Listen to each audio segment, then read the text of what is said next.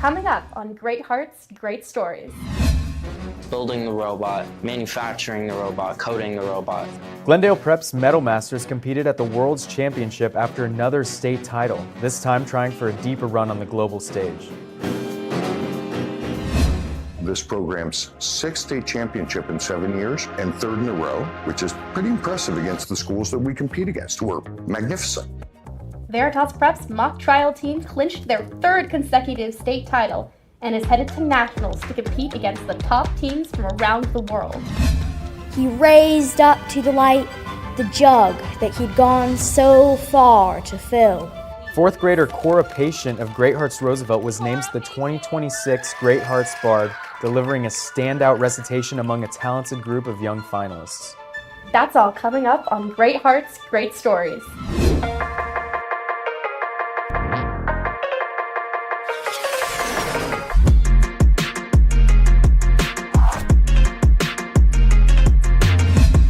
Welcome to Great Hearts, Great Stories, a student-led newscast.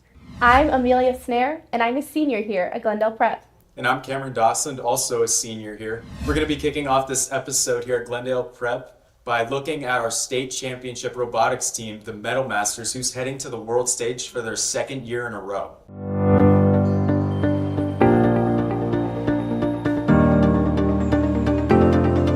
So the goal for this year is to build a robot that can launch as many balls as possible into the goal. We started this year with a couple early prototypes that we quickly ruled out because they weren't very effective. And then we've spent the rest of the season developing our current robot design, which has been way more effective and allowed us to rank really high in the world.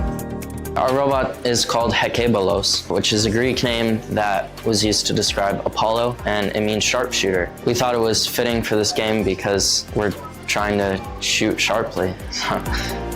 We have a lot of different roles. There's fundraising, social media, connecting with other teams, building the robot, manufacturing the robot, coding the robot. I'm the lead designer. I also help with manufacturing and a little bit of coding when I can. There's a ton of different tasks, and so while each person may have something they specialize in, we try to all collaborate and work together. That way we can solve all the problems quicker. The main goal for us is definitely just to have fun. This is a really big accomplishment for us. We were top of the state all year, and we managed to squeak by some close rounds in the final 2 matches of the season to make it to Worlds. We made it to the elimination rounds last year, but we had an early exit. We're trying to get a little deeper into the playoffs and maybe even win the whole thing. That'd be real fun. Currently, we're 28th in the world, but our peak was number 4 in the world. There's over 300 teams that are coming to compete, so it's going to be split into 4 divisions with a smaller amount of teams in each, and each division is run as basically its own separate competition. So we'll get 10 qualification matches where we try to complete as many objectives as possible to get ranking points. So scoring a certain amount of balls, but also matching a certain amount of patterns and also parking in certain places. And then once we finish all of our 10 matches and our ranking points are added up, we'll get ranked, and then we'll hopefully make it to the playoffs. And if we win our division, then we can advance to the grand finals and try to win the whole thing. Every spring, all of our Great Hearts seniors get to attend a trip to Washington, D.C. This year, our Anthem seniors got to participate in a solemn and memorable experience. Ladies and gentlemen, may I have your attention, please? The ceremony that you are about to witness is an Army wreath-laying ceremony to be conducted in honor of the unknowns. It is requested that everyone remain silent and standing during this ceremony.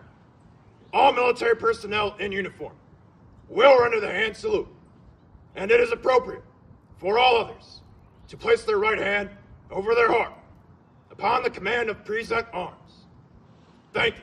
Seniors Nick Van Cleve, Luke Surter, and Christopher Krieg had the honor of laying a wreath at the tomb of the unknown soldier in Arlington National Cemetery. They represented their class in a moment of reflection on sacrifice, service, and the enduring legacy of those who gave everything for their country. Present arms!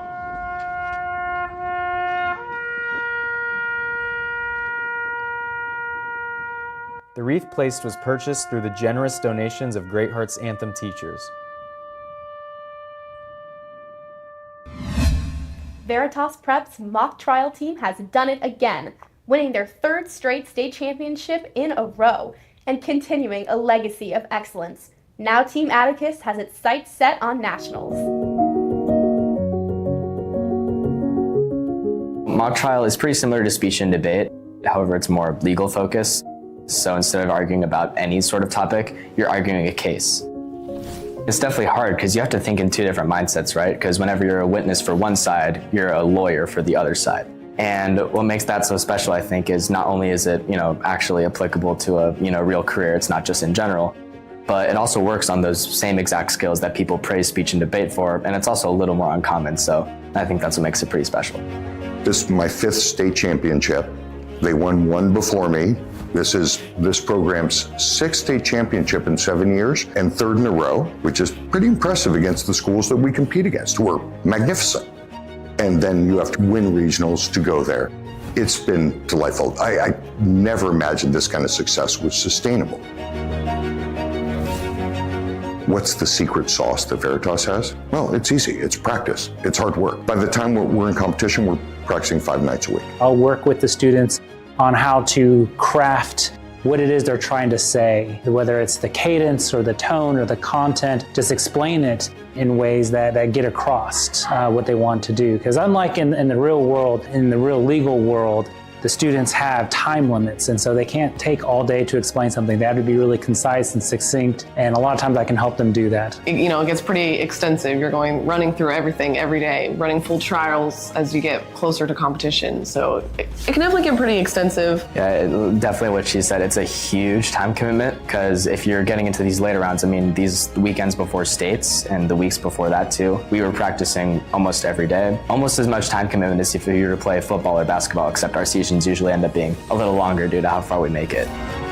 How do you account for this streak of success? What accounts for 6 and 7 or 3 straight? I was asked by Headmaster Wheeland whether she thought there was any correlation between the HL curriculum and mock trial, and I immediately answered yes. I think that is the defining feature. The classical education really helps the students in the courtroom and in mock trial. And you see this across the country. You look at the national champions for the last decade, and many of those schools are classical schools, whether it's classical charter or they're classical private schools, a lot of classical homeschool groups. That classical education really helps students thrive. And a lot of it is the things that they're doing in HL in terms of critical reading, the writing that they're required to do, rhetorical presentations that they're giving in class, the public speaking skills are all things that contribute to their success in the courtroom. We have this class, HL, where you seminar about things that happened in history, and I think that's really helped me in mock trial, learn to be a better speaker, more convincing too. Yeah, just following off of that, I think using the Socratic method that's kind of unique to the Veritas community has really helped me in my mock trial performance, confidence, learn how to parse through difficult informations and be able to convey them properly to other people. All the things that I've done in mock trial contribute to rhetoric, and rhetoric has helped me in mock trial this year. The schools that do well are the ones that do it like us. They have kids, developing their rational thinking and critical skills as soon as they enter high school. So what's the common defining feature? It's the curriculum. It's the only thing I can think of that accounts for this level of success. Pretty convinced of that at this point. In this year's National High School Mock Trial Championship, the Arizona State champions from Veritas.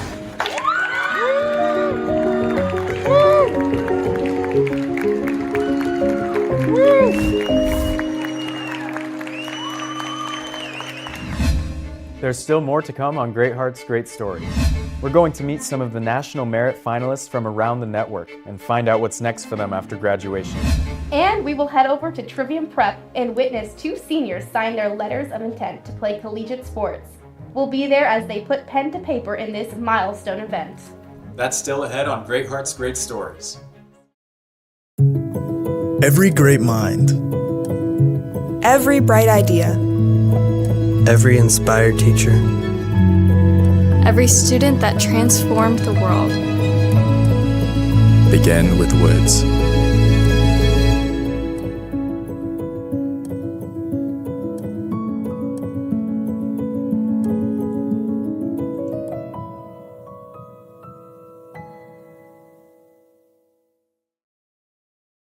Welcome back to Great Hearts, Great Stories. We want to take some time to recognize some seniors across Great Hearts who have been selected as National Merit Finalists. These seniors place themselves among 15,000 of the most academically promising students in the nation. Here at Glendale Prep, our very own Allison Wright made it as a finalist. Allison will be attending the W.A. Franke Honors College at the University of Arizona next year. She plans to become a CRNA. Over at Chandler Prep, both Elliot Brackman and Kirsten Malaban were named finalists. Elliot plans to study cybersecurity at Embry-Riddle Aeronautical University in Prescott, Arizona. Kirsten plans to study psychology and is still weighing her options of where she will attend next year. Ronak Kapadia at Veritas Prep, who was featured for his perfect ACT score, is also a finalist and will major in aerospace engineering at Georgia Tech. Fellow Perfect ACT Scholar and National Merit Finalist at Scottsdale Prep, Atish Bala, will be attending Princeton University, where he will be a part of Princeton School of Public and International Affairs. He intends to work in diplomacy and international relations as a future career. And over in Texas, Great Hearts Forest Heights senior Darshan Vijay Akumar also made the cut to a National Merit Finalist. He will be attending Texas A&M this fall to study computer engineering. Congratulations, National Merit Finalists. We wish you the best in all your future endeavors. And lastly, we'd like to congratulate Scottsdale Prep senior Ishaya Mondal for earning the National ROTC Scholarship valued at over $365,000. At the annual Great Hearts Bard competition, scholars brought poetry to life through talented recitation. This year, 4th grader Cora Patient at Great Hearts Roosevelt won the title with performance that set her apart amongst all the other finalists. Each school site holds a Bard competition at their campus, and then the winner of that competition at their campus is the person who represents their school at the overall Bard competition. And the students actually memorize 2 poems. There are several categories that we're looking for, which include things like stage presence.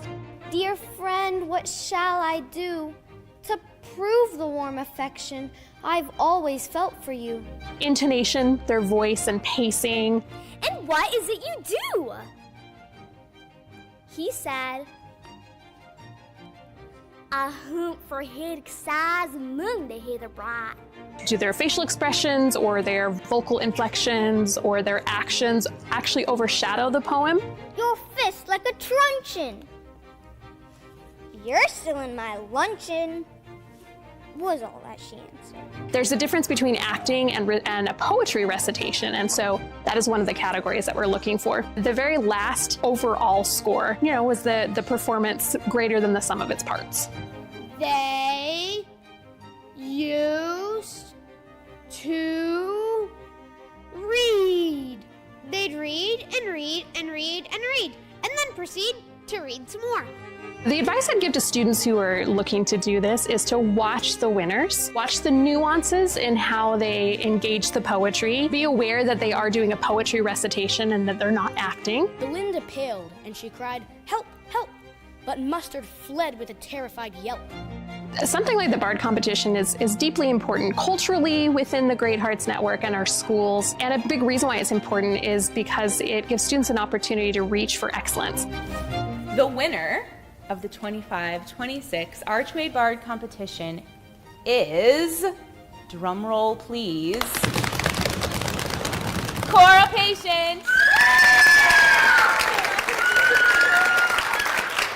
Hello, my name is Cora Patient, and tonight I will be presenting Mr. Flood's Party by Edwin Arlington Robinson.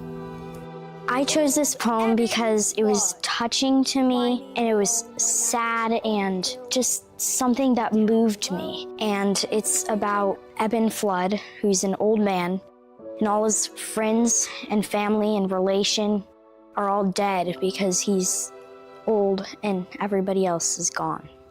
I am shocked and surprised because everybody who I competed with did amazing.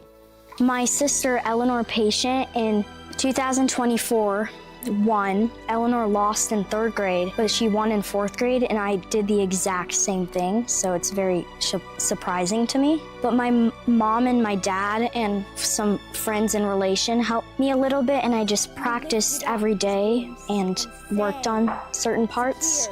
with only 2 moons listening, until the whole harmonious landscape rang.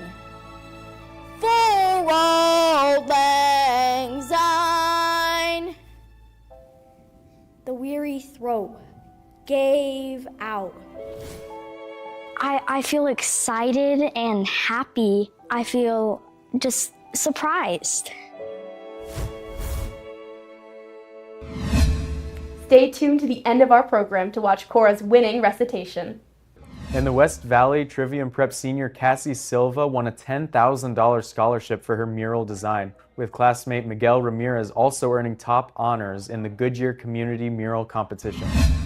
And staying at Trivium Prep, 2 seniors there are taking their talents to the next level, signing up to compete in college athletics, marking a major milestone for their academic and athletic careers. Today is one of the best days of a coaching career, of a athletic administrator career. Only 7% of high school athletes go on to play at the collegiate level, and less than 2% earn a college scholarship. And so what we are witnessing here is the elite, and it's what these 2 have worked so hard to accomplish. In front of you is your letters of intent to sign with your aforementioned university. So take a moment, sign your life away.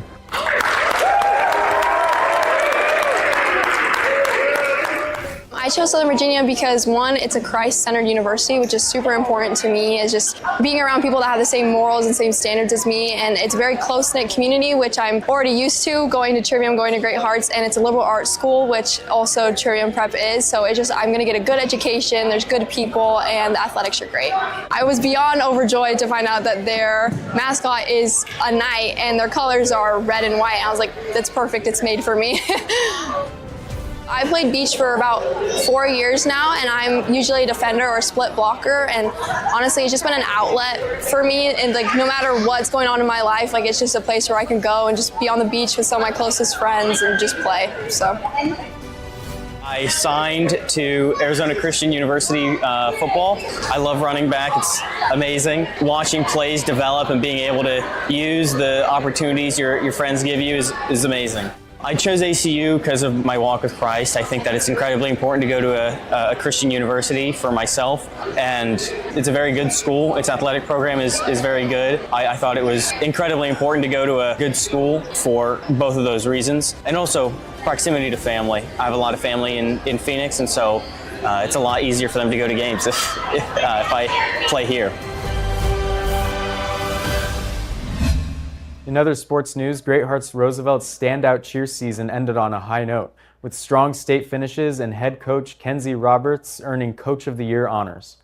Hi, my name is Kenzie Roberts, and I'm the Dean of Students here at Roosevelt, and I'm the head cheer coach. I didn't know that Carl, my athletic director, nominated me, so when I went on to vote for somebody else, I saw my name. It was a voting process, so to have other coaches vote for me was amazing. It was crazy. Last season, I was the assistant cheer coach, and it was primarily like games. We did compete once, and that was great. But I took over the team this year, so this is my first year as head coach. We have 28 girls, grades 6 through 10. This is many of their first years cheering, so that's really exciting to kind of see their growth over the season. I have 2 amazing assistant coaches as well, Coach McAllister and Coach Marissa, and they've been super helpful this season. We also have a stunt routine that I threw together last minute as well. Our game day routine got tied for 6th, and our stunt routine got 3rd out of 6 teams. After January, we have been just continuing to practice. We made the necessary changes that we needed to do, added things in, and we felt really ready. We got 2nd place, and our stunt team got 3rd. It was a shock. I have goosebumps even just talking about it because it was such an amazing achievement for our team. Our efforts and the team's efforts really showed. Hearing, her get announced as Coach of the Year was like just that last cherry on top of like, this is one team. She got elected throughout all of these other coaches from all of these other schools, and so it helped us, it built us up really just like for Coach Roberts, because it got announced before we went onto the mat. And so I think at least for me, I was like, I want to show my Coach of the Year that we're the team of the year. So that was really cool for me. We went out onto the little platform and they were like, oh, you're Coach's Coach of the Year. And we all screamed so loud. It was amazing because she really deserves it. She's just been the most kind, nurturing coach that I think we could have asked for. And she's really taught us so much this year. It's really nice. When I'm at school, I'm the dean of students, and when I'm at cheer, I'm the cheer coach, right? As much as I, again, try to like kind of keep it separate, I think it informs me as a coach, and it has also like, on the flip side, me getting to know these girls that, you know, I might not see during the school day, and having those relationships has really also helped me in my position here at school as well. Great Hearts Blossom Rock is set to open in fall 2027 in Apache Junction. Founding headmaster Connell Tanner recently met with interested families near the site of the new school at a hosted event.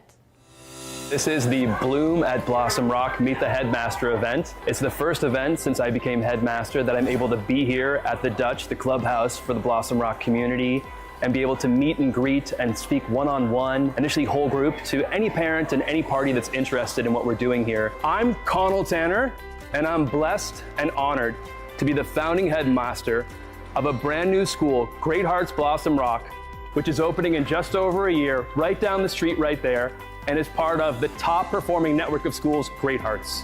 And we have a lot of generous people from Great Hearts, from the home office, from the marketing staff, that have come out to be able to support us today. We have drinks, refreshments, hors d'oeuvres. It's a 2-hour plus event where we can just meet and greet people and get to know them better, and they can get to know us, and they can see the incredible transformative education that we're bringing to their community. To be the founding headmaster at Blossom Rock is something that I'm deeply, deeply honored to be able to do, because the whole point of education, the whole point of rearing children, is to help them to be happier by filling their lives with the things that are true, beautiful, and good. We get to be in the business of spreading more happiness to a part of town, a part of the metro area that has not had this opportunity yet. So I'm deeply privileged and honored to be able to do that for hundreds, and then what we do in life echoes in eternity, so eventually thousands of people. I think having a school like Great Hearts in the Apache Junction area and here in Blossom Rock, it's going to be a bit of a surprise for people. People think at first it's going to be convenient and close by. They don't fully realize yet the impact we're going to have. That this is a transformative education that's going to change the trajectory of their children's lives and turn them not just into productive individuals, but into lifelong learners who are on fire for the things that last.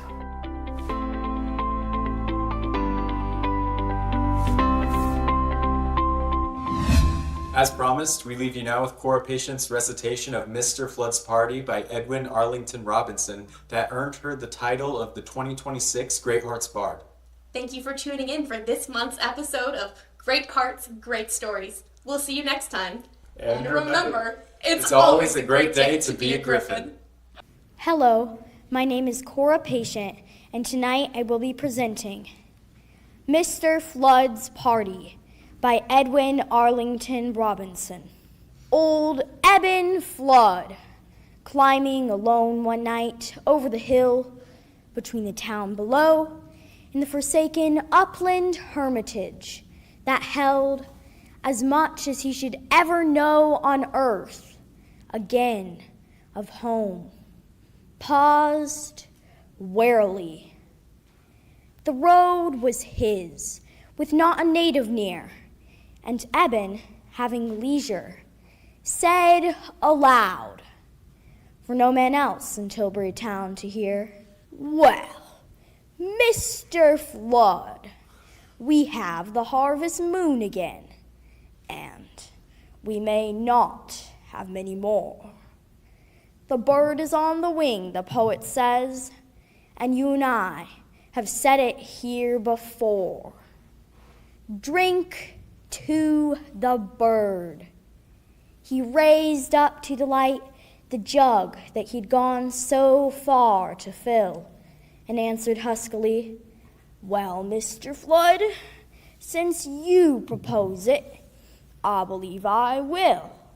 Alone, as if enduring to the end, of valiant armor, of scarred hopes outworn, he stood there in the middle of the road, like Roland's ghost, winding a silent horn. Below him, in the town among the trees, where friends of other days had honored him, a phantom salutation of the dead rang thinly till old Eben's eyes were dim.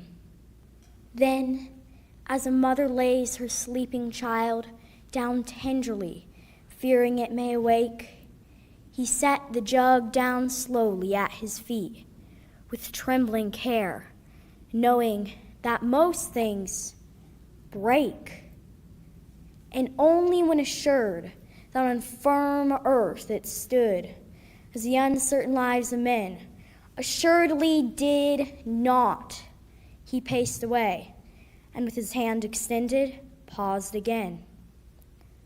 Well, Mr. Flood, we have not met like this in a long time, and many a change has come to both of us, I fear, since last it was we had a drop together. Welcome home.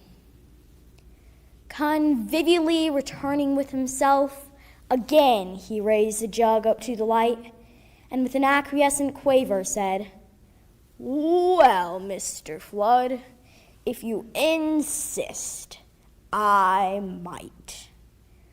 Only a very little, Mr. Flood, for auld lang syne. No more, sir, that will do. So, for the time, apparently it did, and Eben evidently thought so too. For soon amid the silver loneliness of night, he lifted up his voice and sang, secure, with only 2 moons listening, until the whole harmonious landscape rang. For auld lang syne. The weary throat gave out. The last word wavered, and the song being done, he raised again the jug regretfully and shook his head and was again alone. There was not much that was ahead of him, and there was nothing in the town below, where strangers would have shut the many doors that many friends had opened long ago.